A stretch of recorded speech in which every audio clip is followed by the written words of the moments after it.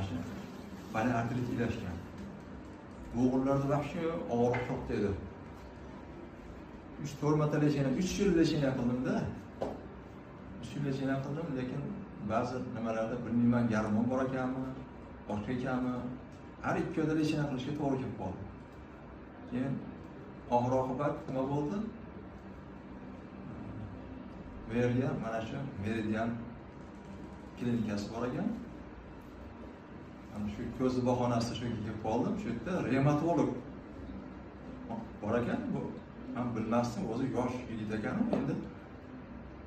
Bir uchrab qo'ydim, kirdim. Shunga baylanib qoldim ishonsalar.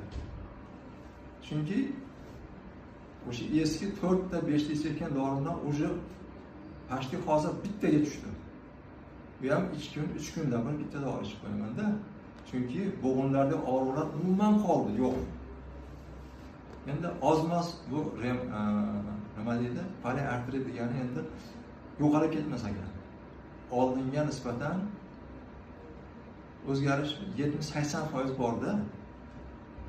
Shuning uchun nima deydi? Birinchi o'rinda garmondan qochish kerak ekan. 15 kunda yaxshi bo'lib qoldim deb, zo'r ekan deb ketmasdan, u nima kor qilyapti, nima lecheniya qilyapti, uni bilish kerak ekan. Endi hozirgi yoshlarda shunaqangi holat bor ekanki, zamonaviy haqiqiy vrach. Men juda ko'p odamga tavsiya qildim. Juda ko'p odam keldi. Rahmat ham aytishdi menga, yaxshi aytgan ekansan deb.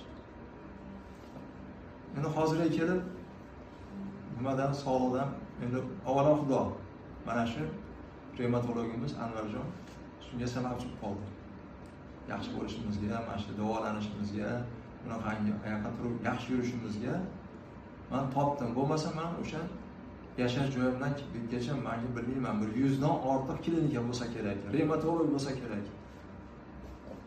Men shu yerga kelib shu davomni topdim shekilli. Avvalo Xudo. Xudoga shukr, endi bundan ba'yan hammaning o'ziga sog'liq o'ziga kerak. Shuning uchun birinchi o'rinda nima desa bo'ladi?